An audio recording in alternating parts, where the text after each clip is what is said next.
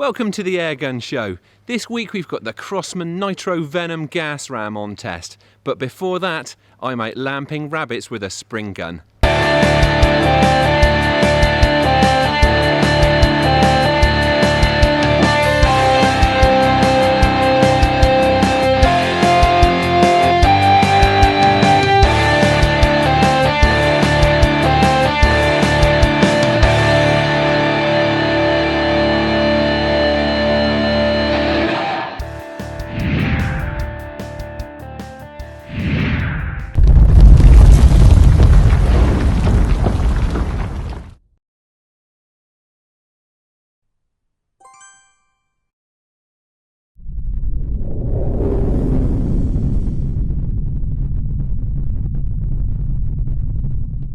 We're going to have a go at lamping some rabbits this evening.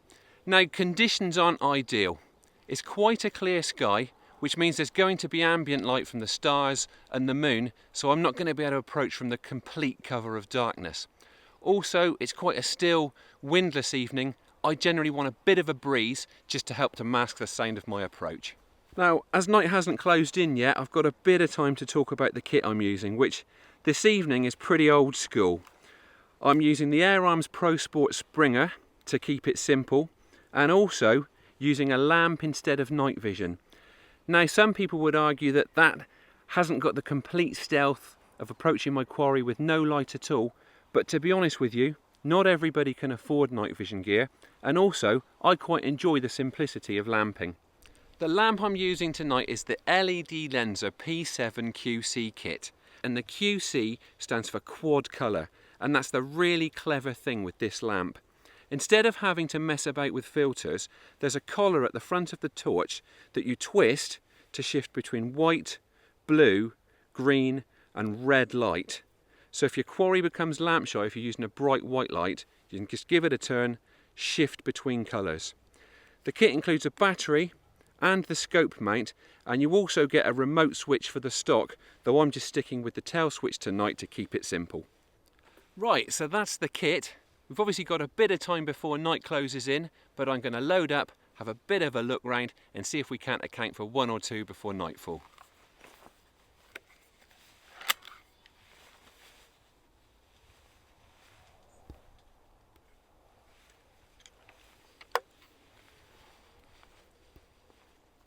I'm keeping close to natural cover to make full use of my camouflage clothing, which I'll be relying on to keep me out of sight until it gets dark.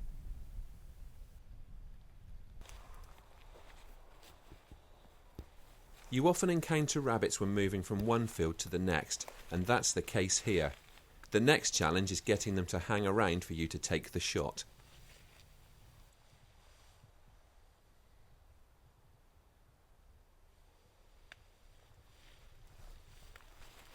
I had a good chance there. Managed to get within range of that one. Trouble is, wind blowing down towards it. I don't know whether it heard me or whether it scented me, but it wasn't hanging around and it ran in. I really do think we have to count on the lamp and hope that they're a bit more confident when it gets dark.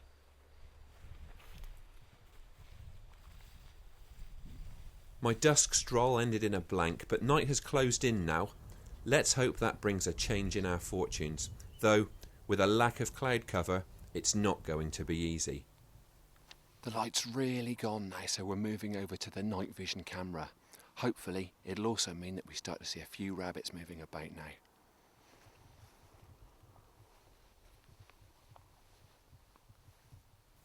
I do my best to keep the lamp switched off while negotiating my way across the fields. It should help me to get close to the rabbits without spooking them.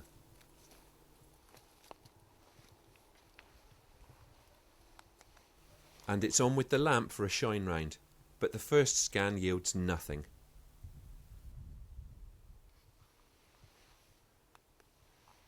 The trick with lamping is not to have the light on all the time.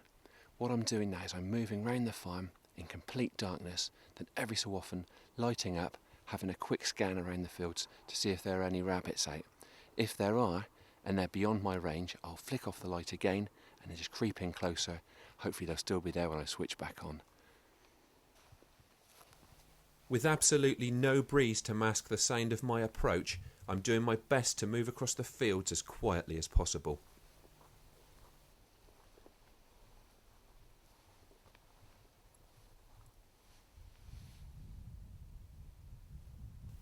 As I shine the lamp across the field, I'm looking for the telltale glint of reflected light in Rabbit's eyes.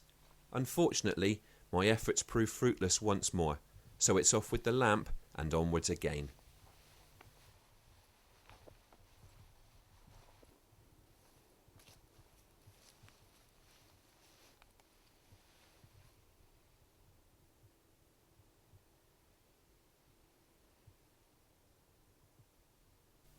Still no sign of rabbits, which is disheartening because there's no shortage of them on this permission.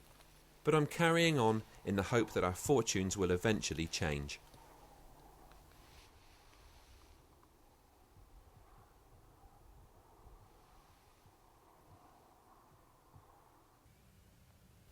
This is more like it.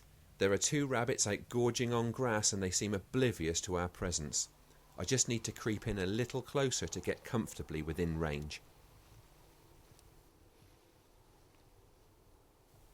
I'm inching forwards as quietly as I can. The slightest sound is really going to carry out here tonight.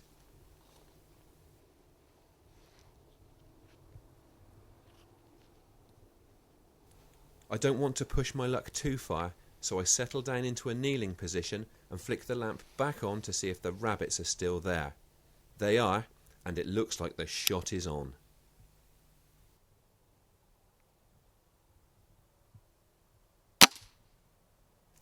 A clean kill and a result at last. And it looks like we might even get a chance at another one.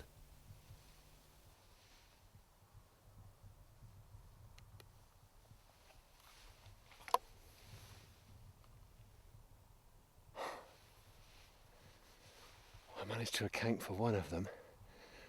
Annoyingly, the second one did linger. But I was faffing about reloading. It obviously heard the sound and it's run in, but at least we've got one.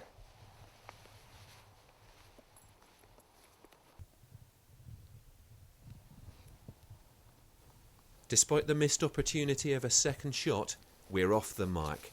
So I'm leaving on the lamp and taking advantage of the illumination to pick up our shot rabbit and slip it into the bag.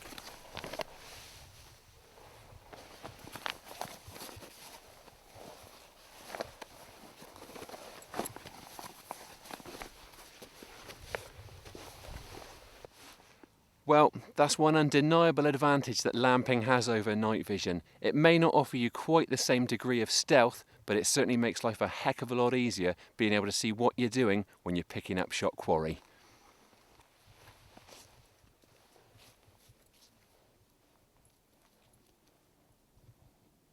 And so the nighttime foray continues. We've got one in the bag, but the conditions are still against us.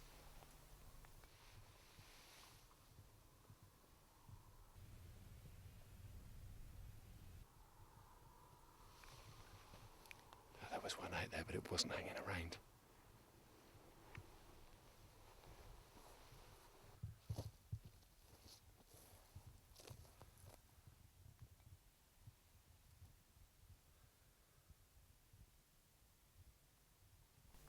My optimism is momentarily boosted as I pick out a pair of eyes in the lamplight, but it's not what we're after.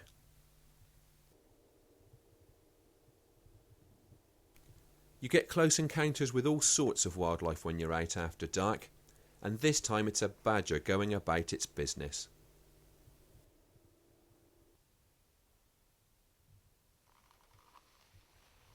Well, that was one very confident badger. It's just a pity the rabbits aren't that bold tonight.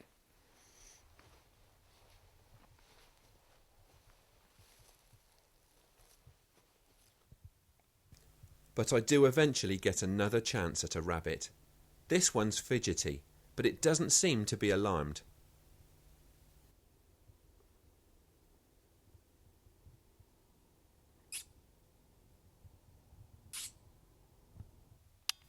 A quick squeak is enough to make the rabbit freeze while I try to settle the crosshairs.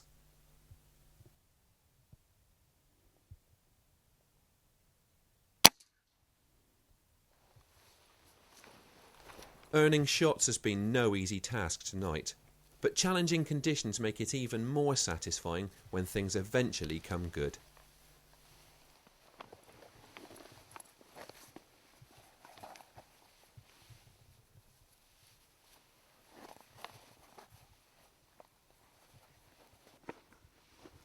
Well, I won't lie, that's been a really tough night.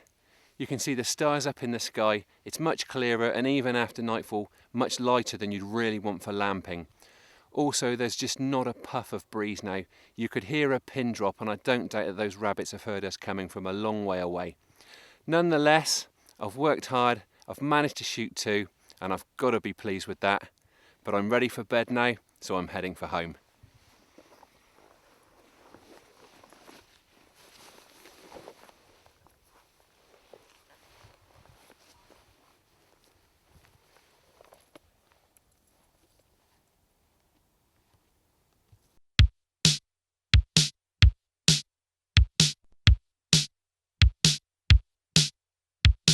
Some tough lamping conditions there, but proof that you don't need the latest night vision gear to bag a few bunnies after dark. Now, it's over to the Airgun Show news. This is the Airgun Show news, brought to you by the Airgun Centre.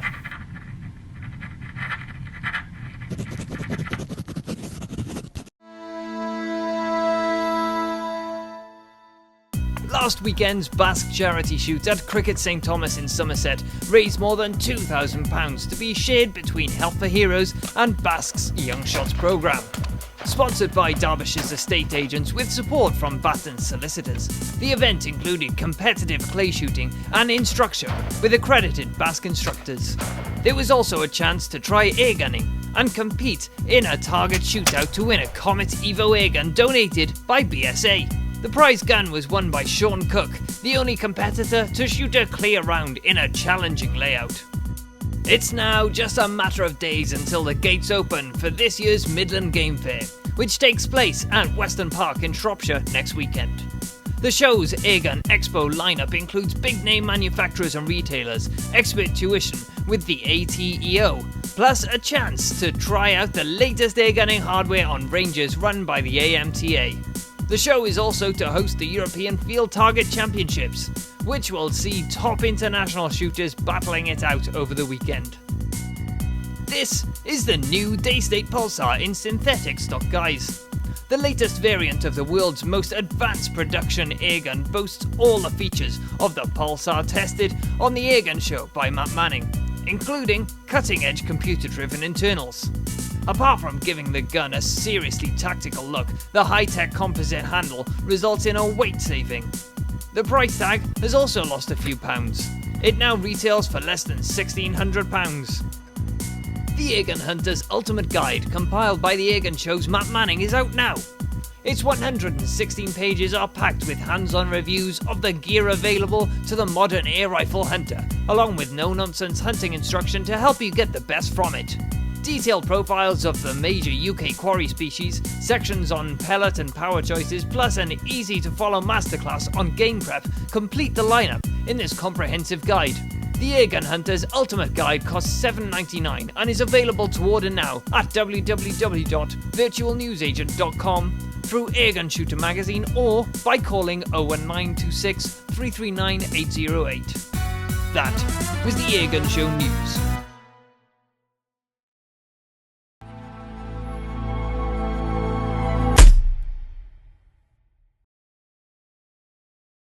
This week's test gun is the Crosman Nitro Venom. Distributed in the UK by ASI, it's a neat-looking break barrel gas ram that comes with a centre point scope and mounts for a price tag of £268. Measuring 111 centimetres from muzzle to butt, I'd certainly describe it as adult-sized. But its proportions are manageable, and the whole combo tips the scales at well under 4 kilos. It's well balanced, and its ambidextrous stock makes for a very comfortable hold. I really like the hardwood stock. There are a few imperfections in its finish, but not in exposed areas. The beaver tail styling of the forend accommodates a variety of different holds, and the cheek piece gives plenty of height for scope use. There's some stylish checkering on the forend and pistol grip.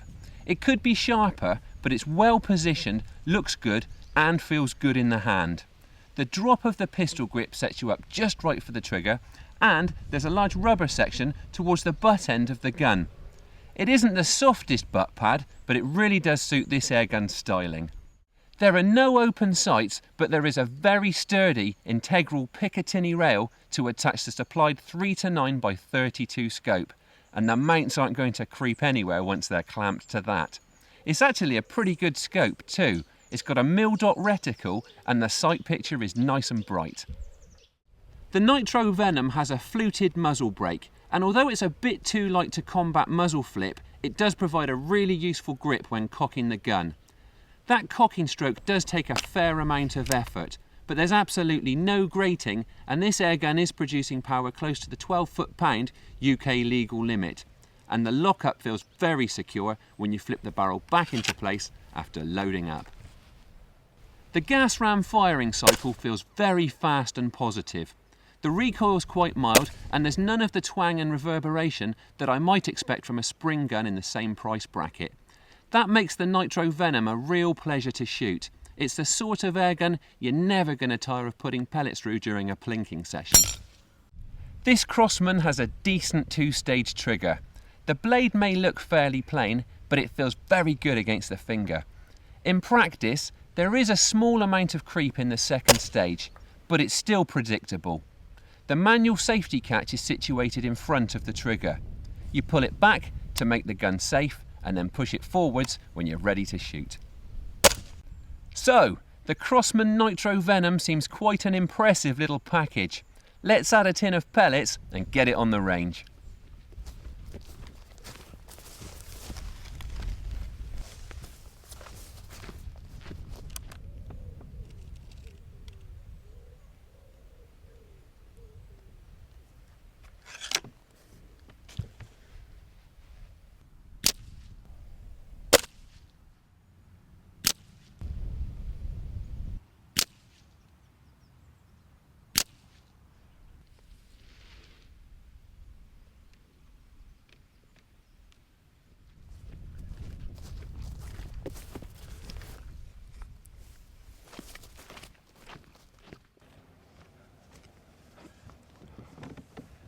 I have to say that is actually better than I'd expected from what is a relatively affordable recoiling airgun.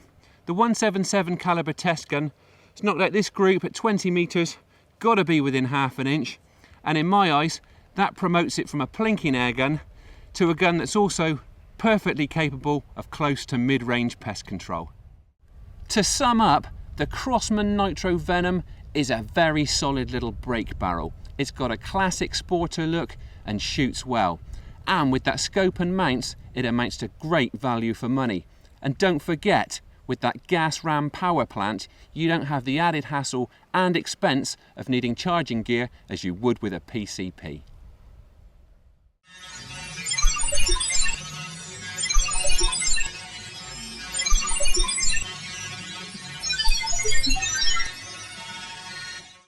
That's all we've got time for this week, but we'll be back again in a fortnight. Thanks for watching, and please don't forget to like us on Facebook and follow us on Twitter. And if you aren't already a member of the BASC, have a look at their website and check out the benefits you could be taking advantage of through Airgun membership.